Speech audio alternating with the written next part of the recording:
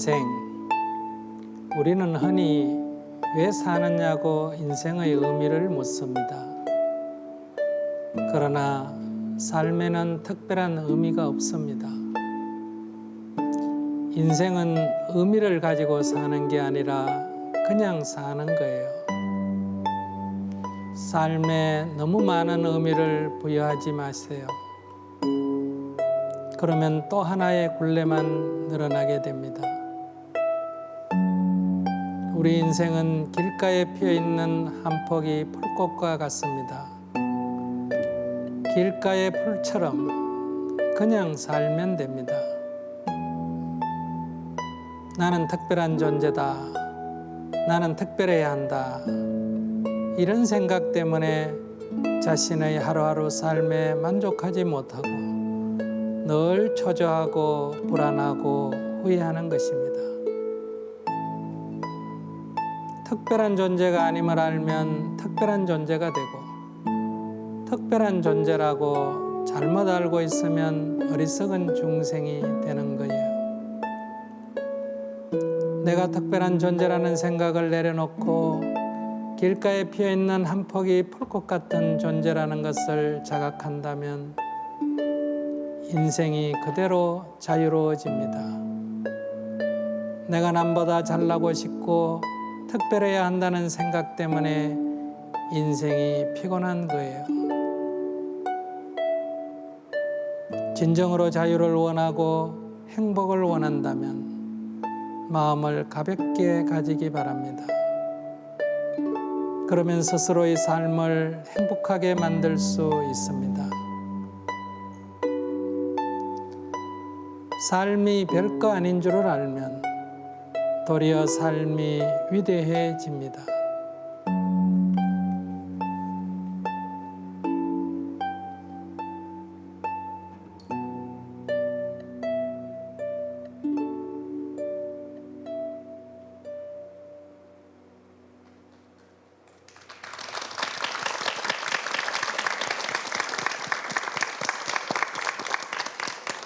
네, 이 삶 속에서 길을 잃었을 때, 또 고통과 화해하고 싶을 때 이렇게 이야기를 나눌 수 있는 참 스승이 있다는 거 우리에게 좀 큰 행운인 것 같습니다.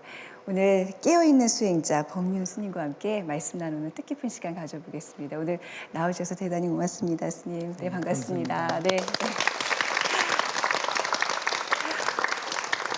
법륜 스님 하면 뭐 평화운동가, 그렇죠? 환경운동가, 또 뭐 막사이사이상을 수상하신 분 등등 타이틀이 엄청 많이 붙습니다. 그리고 또 많은 사람들의 삶 속에 나침반이 되는 그 법문으로 굉장히 또 유명하시잖아요. 그래서 그 굉장히 팬들이 많으시거든요. 알고 계세요? 네, 그렇습니다. 네. 오늘 그 시작을 인생이라는 글로 또 이렇게 열어주셨는데, 왠지 이 글은 듣는 것만으로도 마음이 참 가벼워집니다, 스님. 특히나 보면 인생은 의미를 갖고 사는 게 아니라 그냥 사는 것이다. 삶이 별게 아닌 줄 알면 도리어 삶이 위대해진다. 우리가 보통 삶은 특별하다, 삶은 위대하다 이런 글들만 보다가 왠지 이런 글을 보니까 조금 낯선 감도 있네요. 네. 네. 대부분 이렇게 살면서 무거운 짐을 갖고 살아갑니다. 네. 어떤 의무감, 남편으로서, 아내로서, 부모로서, 또는 종교인으로서, 사회 지도층으로서. 그런데 사실은 저 푸른 폭이나 산에 있는 다람쥐 하나나 사람이나 큰 차이가 없습니다. 네. 그냥 하나의 존재, 작은 존재임을 알면 마음가짐도 가벼워지고 삶이 좀 자유로워지죠. 네. 근데 이게 너무 사명감을 갖고 살기 때문에 네. 행복하지 못한 것 같아요. 그 살면서 누구한테 선뜻 할 수 없는 질문 중에 하나인 것 같은데요. 오늘 이 자리 스님 앞이니까 한번 여쭤보겠습니다. 인생이 무엇인가요? 방금 낭독해 주신 글 제목도 인생이었습니다만. 옛날 시에 이런 거 있잖아요. 예. 인생이 뭐냐고 물으니까 네. 저 지나가는 구름을 가리키더라. 네. 인생이 뭐냐 이게 중요한 게 아니고 예. 우리는 살고 있습니다. 왜 사느냐는 삶의 의미를 갖고 사는 게 아니고 의미 이전에 이미 실존하고 있다. 이렇게 살고 있다. 사는데 괴롭게 사는 사람도 있고 즐겁게 사는 사람도 있고 불행하게 사는 사람도 있고 행복하게 사는 사람도 있거든요. 그럼 어떻게 살래? 행복하게 살래? 불행하게 살래? 행복하게 살고 싶습니다. 그러면 어떻게 하면 행복해지는가? 그러니까 어떻게 사는가? 어떻게 해야 행복해지는가라는 질문은 맞지만은 네. 왜 사는가라는 질문은 맞지가 않습니다. 왜냐하면 의미 이전에 우리의 존재가 있기 때문에. 네. 그럼 스님 어떻게 하면 행복해질 수 있는지 조금 구체적으로 말씀을 해주실 수 있을까요? 네. 내가 어떤 사람을 보고 좋아하면 내 마음이 기분이 좋습니다. 근데 누군가를 미워하고 싫어하면 내 마음이 무거워집니다. 그렇기 때문에 내가 누군가를 좋아할 때, 사랑할 때 내가 행복해진다는 거예요. 그러니까 누군가를 이해하지 못하면 가슴이 답답해지고 누군가를 이해하면 가슴이 후련해집니다. 그래서 나를 위해서 남을 이해하라는 거거든요. 내가 남에게 베풀면 내가 주인이 됩니다. 내가 누군가에게 도움을 받으면 내가 속박을 받습니다. 그렇기 때문에 진정으로 내가 행복해지는 길은 타인을 이해하고 타인을 사랑하고 타인을 보살필 때 내가 행복해진다. 이것이 우리가 삶의 지혜라고 할 수 있죠. 그런데 우리는 이걸 지금 거꾸로 하고 있기 때문에 행복하고 싶은데 늘 결과는 불행해지는 거예요. 네, 지금 뭐 타인을 이해하고 사랑하고 다 마음에 와 닿습니다. 근데 이런 말씀 드려도 될지 모르겠는데요. 참 쉬운 말이잖아요. 네. 예, 실천하는 게 어려워서 그렇지. 네. 아마 보시는 분들 중에서는 나도 저렇게 얘기할 수 있는데 실천이 안 될 뿐이지. 그런 좀 이렇게 그런 생각을 갖고 계신 분들이 분명히 있을 거예요. 아마 이런 좋은 말씀 이렇게 하실 때마다 스님 근데 너무 어렵습니다. 좀 구체적으로 더 말씀해 주시면 안 됩니까? 하고 이렇게 오히려 반문하는 분들도 계시죠. 네. 네. 이와 같습니다. 담배 피우는 사람은 담배 피우기가 쉽습니까? 끊기가 쉽습니까? 끊기가 어렵죠. 예. 근데 담배 안 피우는 사람은 네. 안 피우는 건 아주 쉽습니다. 네. 그러니까 원래 안 피우는 게 쉬운데 네. 담배를 피워서 중독이 들면 안 피우는 게 어려워져 버리는 거예요. 예. 그러니까 이것 자체는 쉬운 거예요. 사랑하는 것이 자연스럽고 이해하는 것이 자연스럽고 보살피는 게 훨씬 더 자연스러워요. 그러나 우리가 이것을 거꾸로 잘못 알고 오랫동안 그 반대로 살아왔기 때문에 지금 그걸 고치려고 하니까 이미 습관이 돼가지고 잘 안 고쳐질 뿐이에요. 그것처럼 오늘 우리가 나를 행복하게 하는 길이 오히려 내 자신에게 어려운 것은 이렇게 불행하게 하는 그런 삶을 너무나 오래 말하고 생각하고 행동하고 살아왔기 때문에 그게 습관화가 돼서 네. 이렇게 되돌리는데 약간의 어려움이 있습니다. 그 말씀 지금 짧게 들어봤지만 그 삶과 인생에 있어서 그 행복은 결국 내가 어떻게 하느냐, 나한테 열쇠가 쥐어진 거네요. 그렇죠? 근데 아마 이렇게 삶과 인생에 대해서 방식은 다르지만 또 우리에게 끊임없이 아주 치열하고 뜨거운 질문을 던지는 분이 계십니다. 오늘 이 자리에 지금 모실 건데요. 먼저 낭독으로 만나보시겠습니다.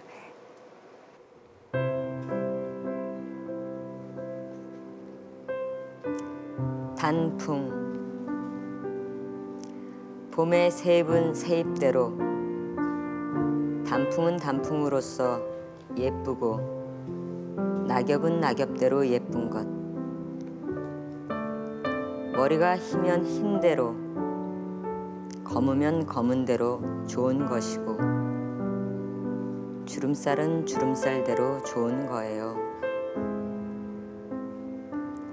그러니까 몸이 변해가는 것을 마치 비 오는 날도 있고 해 나는 날도 있고 내 뜻대로 되는 날도 안 되는 날도 있는 것처럼 하나의 자연 현상으로 그대로 받아들이는 게 수행입니다.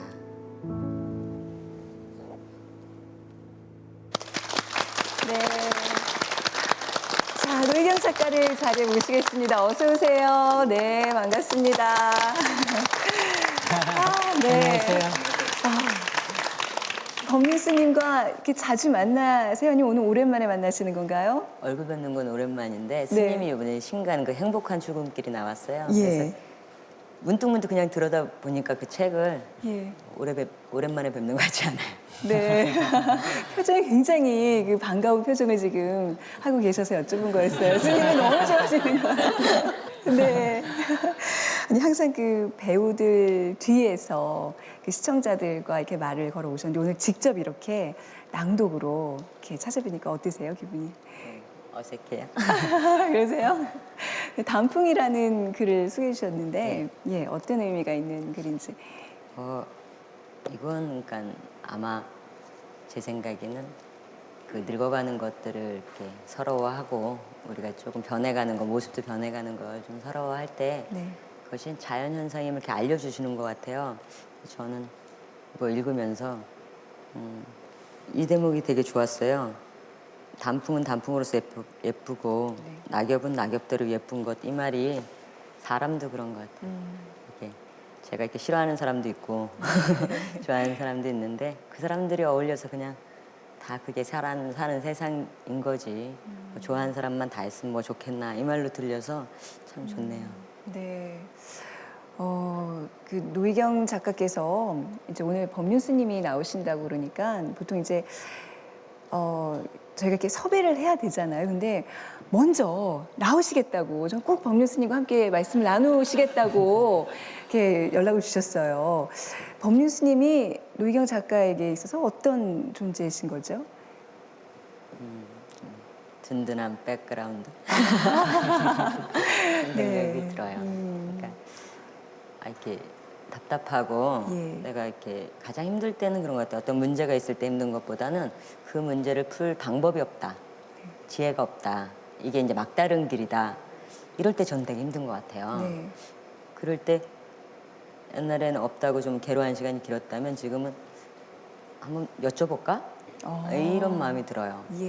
그러니까 이게 책을 보든지 증문즉설 그 하시는 데를 가든지, 그러니까 옛날에는 답이 없어 그러고 한 뭐 일주일 틀어박힌다면 지금은 물어보지 뭐 이렇게 가볍게. 그러니까 그게 참 좋아요. 물어볼 때가 있다는 게. 그렇네요. 그러면 혹시 그 스님께서는 이 노희경 작가가 정말 주옥 같은 그 드라마로 수많은 마니아층을 거느리고 있는 정말 대한민국 최고의 작가라는 사실을 아셨나요? 처음 만나셨을 때? 전혀 몰랐어요. 아, 진짜로요? 네. 아, 그럼 어떤 인상을 처음에 받으셨어요? 인상 좋잖아요. 네. 아마 네. 그 명상 수련 하기 전에 만났으면 예. 험악한 인상이었을지 모르겠는데 자기 고뇌를 어느 정도 벗어나고 만났기 때문에 네. 인상이 좋았고, 그래서 나중에 이렇게 알고 난 뒤에 설명을 듣고 그분이었구나 이렇게 나중에 알았어요. 네, 스님 그 노희경 작가가 얼마나 대단한 작가냐면요, 우리의 마음을 울리는 그 수많은 명대사를 정말 탄생시킨 그런 작가입니다. 사랑은 교통사고 같은 거야. 교통사고처럼 그냥 길 가다 아무랑이나 부딪힐 수 있는 게 사랑이야. 어머니가 말씀하셨다. 산다는 건 늘 뒤통수를 맞는 거라고. 인생이란 놈은 참으로 어처구니가 없어서 절대로 우리가 알게 앞통수를 치는 법이 없다고. 뭐해 지금? 제가 마음이 아파가지고 이거 바르면 괜찮을 것 같아가지고.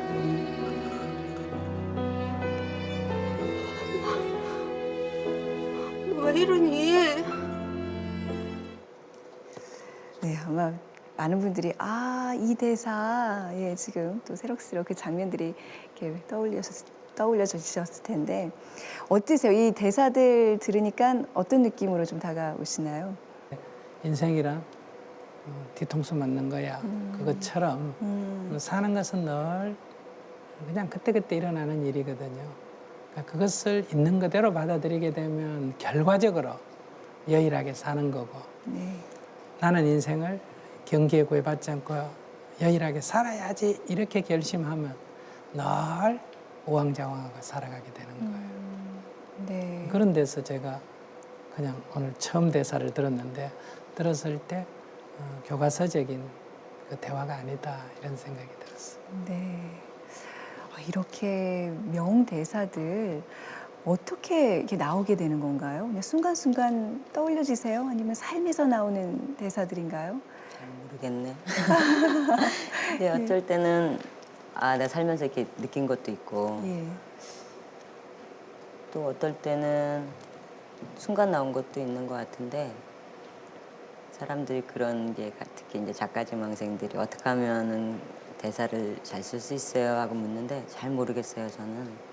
요즘은 근데 읽으면서 쓰면서 내가 지어낸 말이 없나 내가 이렇게 느끼지도 못하면서 가끔 어감이 좋아서 이렇게 갖다 붙이는 말들 남들이 이렇게 이런 말 하면 좋아할 것 같아서 갖다 붙이는 말들이 있어요. 저도 좀 많이 쓰거든요 그런 것들을 내가 좀 경계해야 되겠다. 그냥 좀 투박해도 엄마 전 누가 스스로 대사 쓴 거 중에 뭐가 제일 좋냐 그러면 밥 줘 이런 말이 좋아요. 밥 줘. 엄마가 네. 뭐 이렇게 밥 줘? 얘한테 물을 때 꽃보다 아름다워 할 때 그런 일상적인 대사 속에서 이렇게 느꼈던 정서들 그런 것들이 좋은 대사 같고요. 그러니까 네. 그냥 가끔 근데 지어낼 때 좀 쑥스럽고 그래요. 네. 노희경 작가께서는 이제 작품의 등장 인물들을 통해서 그런 명대사들을 쏟아내시고 스님께서는 이제 직접 이렇게 인생이 힘들어서 찾아오는 사람들에게 좋은 말씀을 해주시잖아요.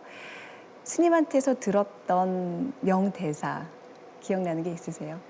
진짜 많아요. 네. 그러니까 제가 그 중에 딱 하나만 정리하기가 뭐하지만 되게 긍정적이시거든요, 스님 말씀이. 근데 그게 긍정적일래서가 아니라 본래 그 삶이 긍정적이래요. 네. 근데 그 말도 되게 부정적으로 들렸는데 어느 날 내가 한번 잘해보면 내가 먼저 미안하다고 말해보면 진짜 내가 좀 더 아름다워지면 세상이 다 아름다워질 수도 있다는 이 말이 네.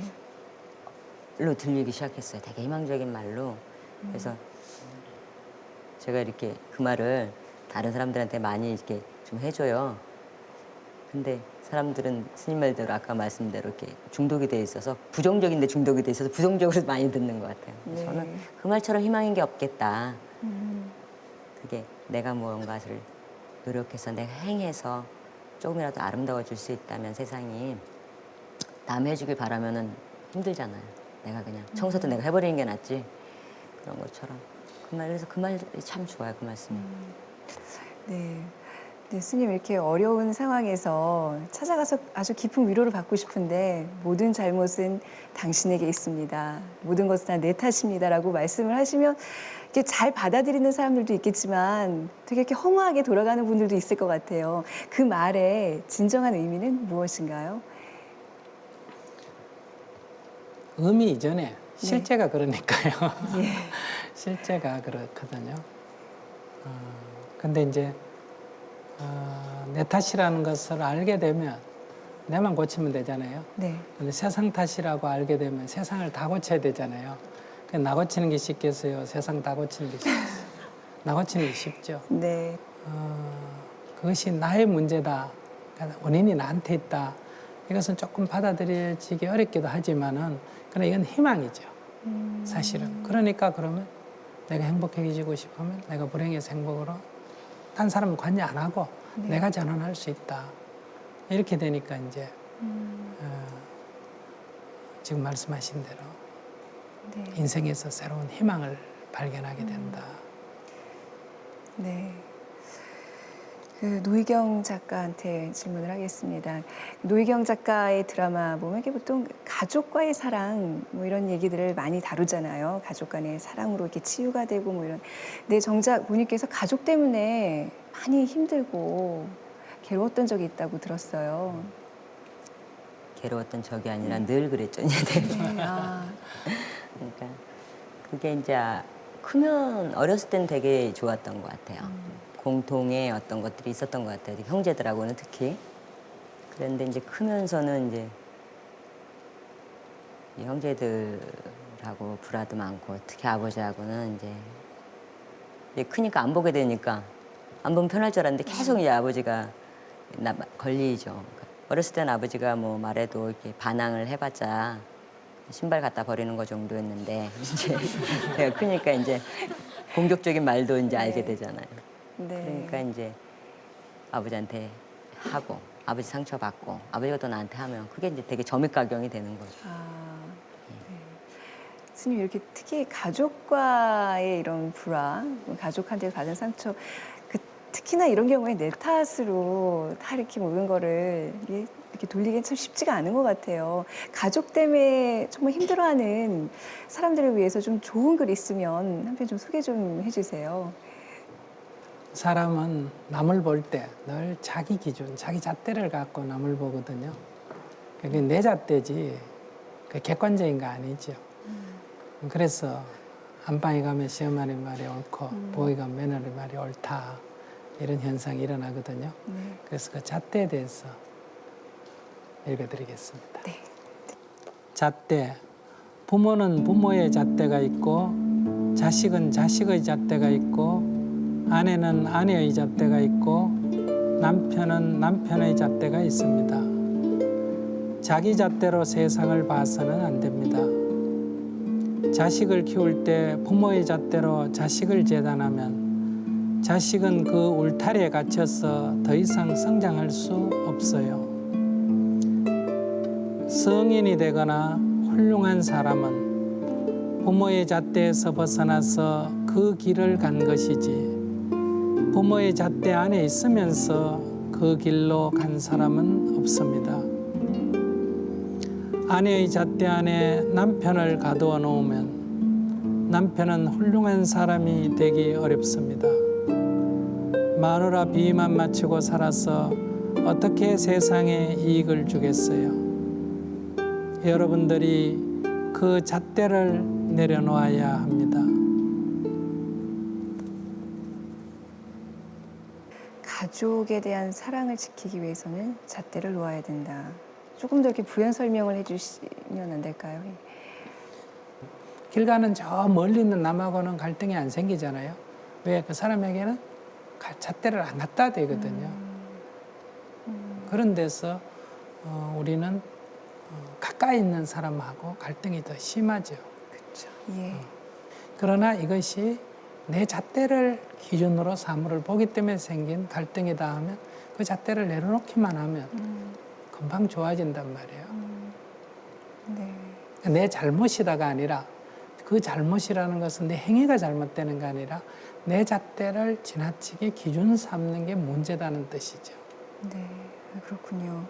진짜 말씀하신 것처럼 흔히들 부부간에 이렇게 막 싸움 다툼이 잦을 때 전생의 원수였기 때문에 다시 현생에서 만났다는 걸로 정말 운명으로 받아들이는 사람들이 있는데 그게 아니라 내 스스로 그 잣대만 놓으면 충분히 풀릴 수 있는 문제라는 말씀이시군요. 네, 노희경 작가 같은 경우에 아버지와의 갈등에 그 고민이 있었을 때 또 어떻게 그냥 단지 노력으로 그게 화해가 되셨어요? 제가 아까 이제 아버지가 어떤 점이 싫었냐 이렇게 얘기했잖아요. 그때 돈 안 벌어오는 거 싫고 그러다가 문득 그런 생각도 드는 거예요. 아버지가 돈 벌어다 주면 좋으냐? 아버지를 네가 좋아하고 싫어하는 기준이 돈이었냐? 돈이었더라고요. 저도 상당히 부분이 많았어요. 그게. 그러니까 내가 아버지를 이렇게밖에 생각 안 하는데 누가 나를 우리 식구들이 나를 돈 벌어다 줘서 좋은 사람 내가 얼마나 쓸쓸할까. 근데 아버지가 정말 노력도 안 했다고 생각했는데 정말 노력도 안 했을까. 내가 어떤 일이 안 됐을 때 난 정말 노력을 안 해서 그게 안 됐나. 아버지도 그러지 않았을까. 그런 생각이 이제 되게 많이 이렇게 들기 시작했어요. 기도하면서. 나중엔 정말 감사한 마음이 많이 들었어요. 참 안 됐다.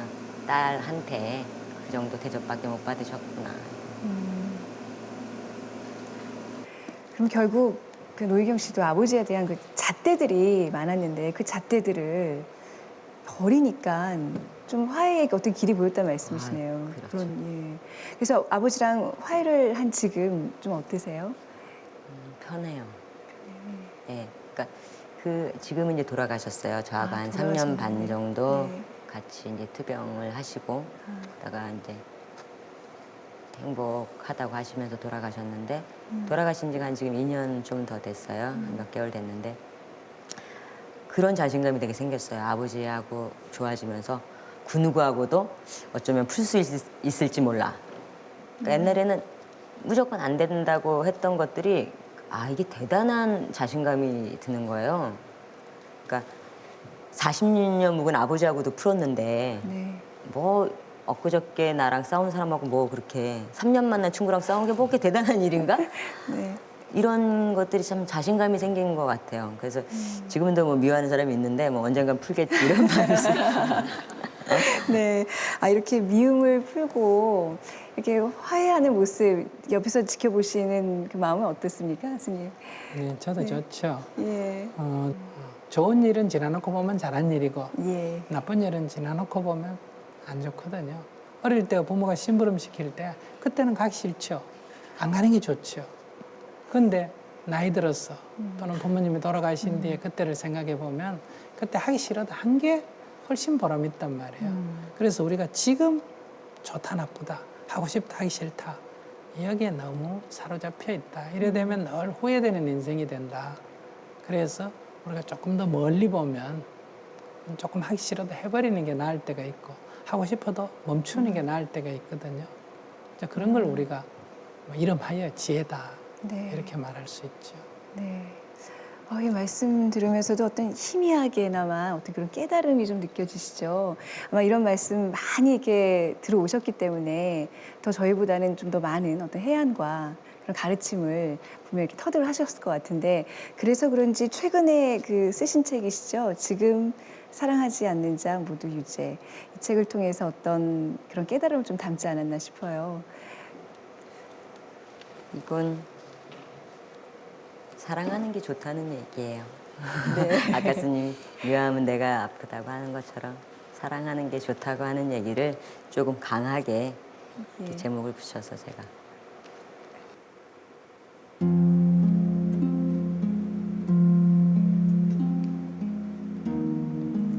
지금 사랑하지 않는 자 모두 유죄. 나는 한때 나 자신에 대한 지독한 보호 본능에 시달렸다. 사랑을 할 땐 더더욱이 그랬다. 사랑을 하면서도 나 자신이 빠져나갈 틈을 여지없이 만들었던 것이다. 가령 죽도록 사랑한다거나 영원히 사랑한다거나 미치도록 그립다는 말은 하지 않았다. 내게 사랑은 쉽게 변질되는 방부제를 넣지 않은 빵과 같고 계절처럼 반드시 퇴색하며 늙은 노인의 하루처럼 지루했다. 책임질 수 없는 말은 하지 말자. 내가 한 말에 대한 책임 때문에 올가미를 쓸 수도 있다. 가볍게 하자 가볍게. 보고는 십지라고 말하고 지금은 사랑해라고 말하고 변할 수도 있다고 끊임없이 상대와 내게 주입시키자. 그래서 헤어질 땐 울고불고 말고 깔끔하게 안녕. 나는 그게 옳은 줄 알았다. 그것이 상처받지 않고 상처 주지 않는 일이라고 진정 믿었다. 그런데 어느 날 문득 드는 생각. 내가 미치도록 그리워하지 않았기 때문에 아무도 나를 미치게 보고 싶어 하지 않았고 그래서 나는 행복하지 않았다. 내가 아는 한 여자. 그 여자는 매번 사랑할 때마다 목숨을 걸었다. 처음엔 자신의 시간을 온통 그에게 내주었고 그 그 다음엔 웃음을, 미래를, 몸을, 정신을 주었다. 나는 무모하다 생각했다. 그녀가 그렇게 모든 걸 내어주고 어찌 버틸까 염려스러웠다. 그런데 그렇게 저를 다 주고도 그녀는 쓰러지지 않고 오늘도 해맑게 웃으며 연애를 한다. 나보다 충만하게. 그리고 내게 하는 말, 나를 버리니 그가 오더라. 그녀는 자신을 버리고 사랑을 얻었는데 나는 나를 지키느라 나이만 먹었다. 사랑하지 않는 자는 모두 유죄다.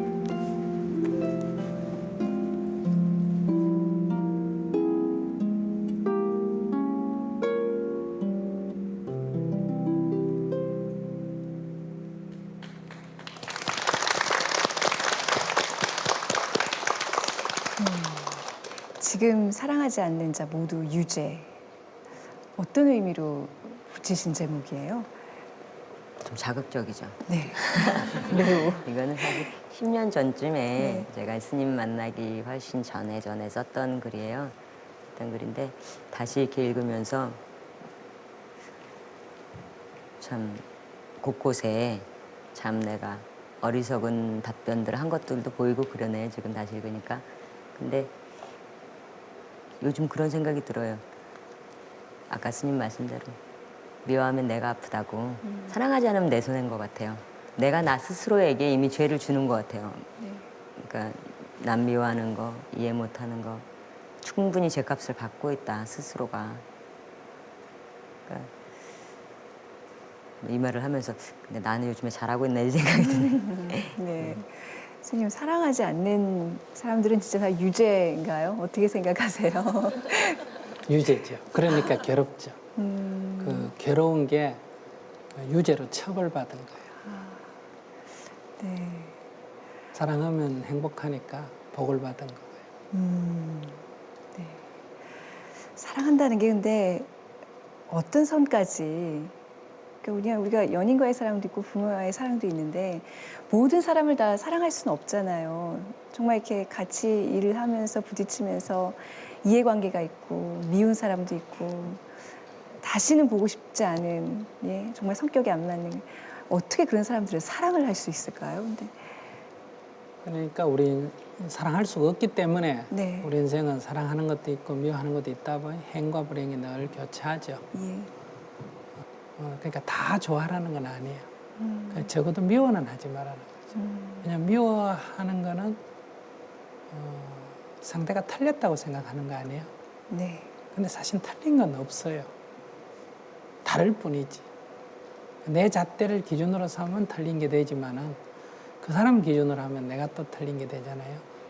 그러니까 객관적으로 보면 서로 다르다. 그러니까 다른 것을 인정하고 또 그 입장에서 한번 이해해 본다면 적어도 미움은 없어지게 된다. 그러면 우리 노 선생님 말씀대로 한다면 네. 무죄는 되겠는데 유죄는 면할 것 같은데. 네. 예. 이런 스님들의 좋은 말씀 하나 때문일까요? 그 노희경 작가의 드라마가 좀 많이 변했다라고 평가를 하는 분들이 계세요. 아픈 사람은 아픈 사람대로 그대로 살고 뭔가 그걸 그대로 봐주는 그런 시선이 좀 느껴져요. 그런 의도를 갖고 좀 글을 쓰게 된 그건 건가요? 그러네요, 진짜. 예. 왜냐면 그는 스님 말씀 듣고 또 내가 사유하고 그걸 또 연구하고 이러면서 그런 생각이 들었어요. 아까 스님도 행과 불행에게 교차하는 게 인생이라고 그러셨잖아요. 맨날 행복하면 덜 재밌을 것 같아요. 옛날에 그걸 아픔으로 받아들이고 네. 제가 상처받았겠다. 저 말에 제가 상처를 줬다. 막 이렇게 제가 판가름을 했던 것 같아요. 그 치유라는 말 속에서 많이. 언니하고도 뭐 이렇게 투닥투닥 할 때 있는데 돌았으면 아유, 나 또 언니한테 미안하다는 말 할 때 이렇게 또 코끝이 찡할 때 있어요. 예. 그게 재미지 이렇게 생각이 들어요. 네. 영향이 그 부분은 진짜 영향이 많죠. 드라마에도 그게 보이나요, 근데? 보입니다. 예. 그 그 생각이 있으니까. 다툼, 뭐 이렇게 뭐 불화 이런 게 불행이 아니라 어떻게 보면 행복으로 갈 수 있는, 더 단단하게 해줄 수 있는 그런 매개체가 될 수 있다는 거. 있는 것 같아요, 저는. 그런 게 좀 느껴지거든요. 스님 말씀 또 드라마를 통해서 보면. 많은 사람들이 그 스님으로부터 어떤 정말 인생에 있어서 그 해법을 찾기 위해서 이렇게 찾아오는 분들이 많을 텐데 그 스님께서는 또 내 삶의 문제 밖에 있는 세상과 사람들에게도 많은 관심을 갖고 또 운동 실천을 하고 계세요. 뭐 북한의 아동들이니까 아니면 제3세계 아이들의 빈곤 문제, 환경 문제 이런 것들 이런 일들을 하게 된 계기가 있으세요? 배고픈 자는 배부른 자가 먹여야 합니다. 병든 이는 건강한 사람이 치료를 해야 되고 배우지 못한 아이들은 배운 이가 가르쳐야 합니다. 보살피지 못하는 어린아이들은 어른들이 돌봐야 하고 또 늙어서 보살핌이 필요한 사람은 젊은이가 돌봐야 한다. 이것은 어떤 특별한 일이 아니고 하나의 자연의 원리, 인간 삶의 하나의 순리가 아니겠는가. 이것은 남을 위하는 길이지만 사실은 자신의 행복, 자기를 위하는 길이다. 그런 데서 여러분들도 함께 동참했으면 좋겠어요. 네. 노희경 작가께서도 같이 이런 사회활동 동참하고 계시잖아요. 예. 이렇게 남한테 손을 먼저 내민다는 건 쉬운 일이 아닌데 어떻게 시작하게 되셨어요? 일단은 내가 꿈꾸는 세상을 내가 말하고 드라마 속에서 얘기하는데 진짜 입으로만 했구나 이런 자각이었던 네. 것 같아요. 그 해보니까 재밌어요, 되게. 그래서 같이 하자는 순간에 봉사라고 생각하면 못한다 그래. 해보면 재밌어. 그러면 네. 하다 보면 또 사람들 재밌어서 같이 해요. 네. 예. 그 두 분이 이렇게 뭐 이렇게 봉사, 사활동하시는 말씀 들어보니까 괜히 누군가에게 미안해지는 그런 마음 좀 들잖아요. 예, 나는 뭐 하고 있었나. 지금 이런 마음이 드는 분들에게 좀 좋은 글이 있다면 스님께서 좀 낭독으로 들려주시겠어요? 네, 제가 20대 젊은 시절에 제일 좋아했던 시인이고요. 어떤 허위식으로 살지 말고 정말 좀 진실하게 살아가자. 이 개인의 삶도 그렇고 우리 사회도 그렇고 역사도 그렇고 그런 데서 신동엽 시인의 껍데기는 가라 하는 그 시가 20대 저한테는 큰 힘을 줬어요. 그래서 그걸 여러분께 한번 읽어드리겠습니다. 네.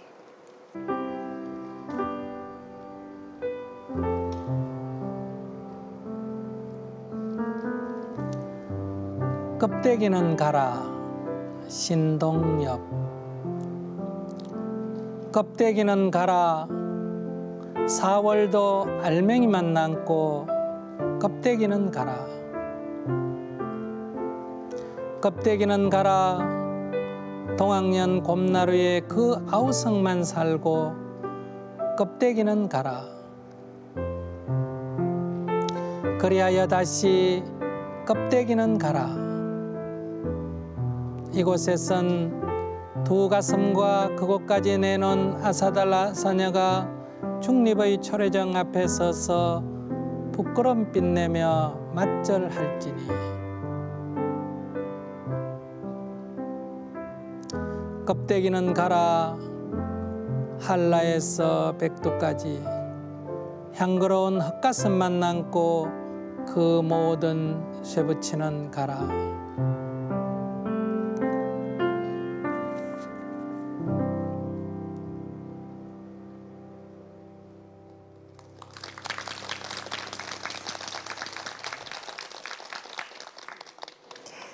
참 그동안 내 문제, 내 인생에 대한 얘기를 통해서 좀 마음의 무게를 덜고 내가 행복해지는 길을 찾아야 되겠다 사실 그런 마음으로 스님과 얘기를 시작했는데 말씀 나누다 보니까 자꾸 얘기가 우리 쪽으로 흘러가면서 이 더불어 사는 삶에 대해서 좀 더 관심을 갖게 됐어요.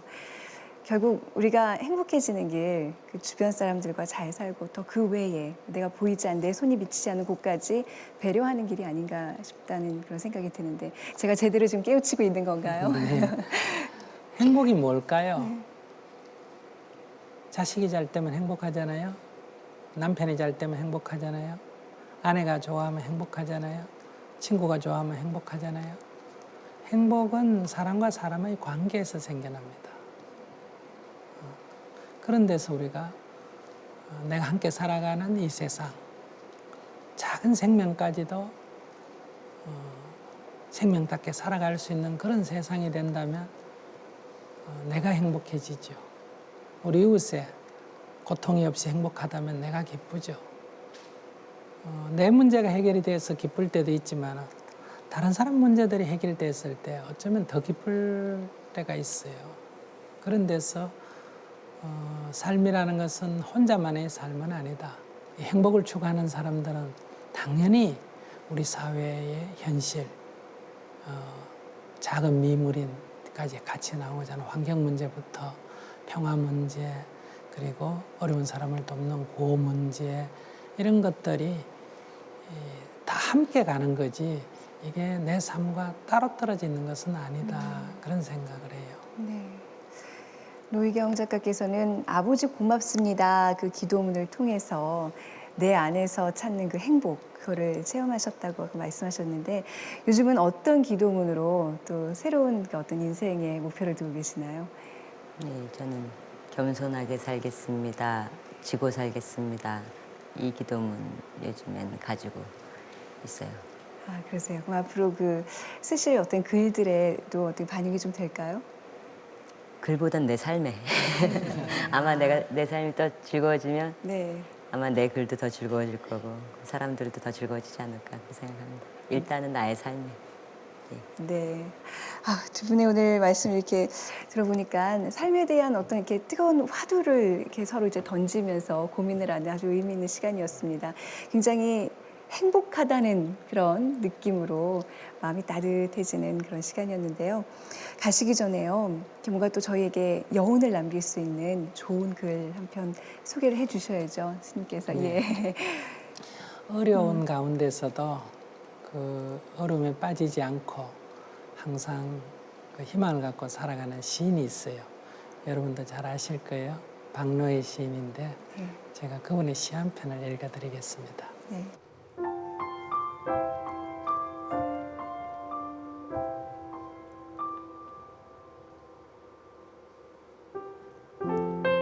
미래는 늘 가벼운 걸음으로 온다. 박노해. 저 가벼운 홀씨 속에 푸른 나무가 들어있다. 가벼운 나비춤 속에 과실의 꽃가루가 들어있다. 젊은이의 가벼운 몸짓 속에 미래 현실이 걸어오고 있다. 가벼운 것들을 가볍게 보지 마라. 무거운 욕망을 안으로 감추지 않아 맑아서 가벼운 것들을 무시하지 마라. 오늘 가진 것 적다고 함부로 보지 마라. 저 낮은 현장의 일하는 사람들에게 깃든 미래의 나침 바늘을 가볍게 보지 마라.